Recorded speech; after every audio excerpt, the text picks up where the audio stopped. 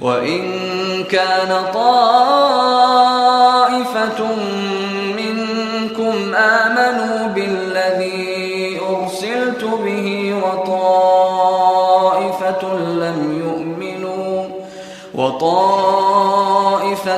لَّمْ يُؤْمِنُوا فَاصْبِرُوا حَتَّى يَحْكُمَ اللَّهُ بَيْنَنَا وَهُوَ خَيْرُ الْحَاكِمِينَ۔ وَإِن كَانَ طَائِفَةٌ، وہ کا مطلب اور، ان کا مطلب اگر، کانا ہے طائفتٌ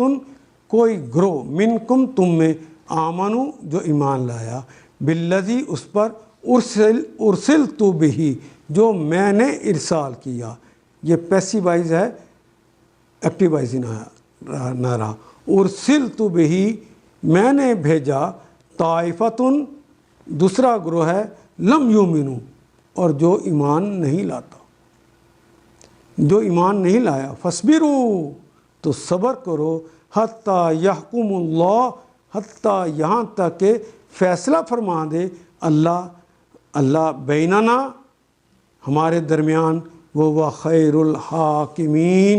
وہ تو حاکموں میں سے سب سے بہتر حاکم ہے، وہ ہے خیر بہترین، حاکمین حکم کرنے والوں میں، یانون جمع کی علامت ہے۔ وَإِن كَانَ طَائِفَةٌ مِّنكُمْ آمَنُوا بِالَّذِي أُرْسِلْتُ بِهِ، اگر تم میں سے ایک گروہ وہ ہے اس تعلیم پر جس کے ساتھ میں بھیجا گیا ہوں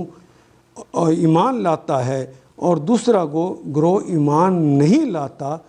تو صبر کے ساتھ دیکھتے رہو، فاصبروا حتیٰ یحکم اللہ، بس پھر صبر کے ساتھ دیکھتے رہو یہاں تک کہ اللہ ہمارے درمیان فیصلہ فرما دے، اور وہی سب سے بہتر فیصلہ کرنے والے ہیں۔ ان آیات کو ایک دفعہ پھر تلاوت خود کیجیے، عربی مبین پڑھتے ہوئے دیکھیے، کیا بات پوری اندر اتر رہی ہے؟ کیا یہ اردو کے سانچے میں ڈھلتی گئی ہیں عبارتیں؟ اگر بات سمجھ آنی شروع ہو گئی تو الحمدللہ یہی ہمارا ہدف ہے، اور یہ ہدف پورا ہو گیا۔ اللہ میرا اور آپ کا حامی و ناصر۔ الف لام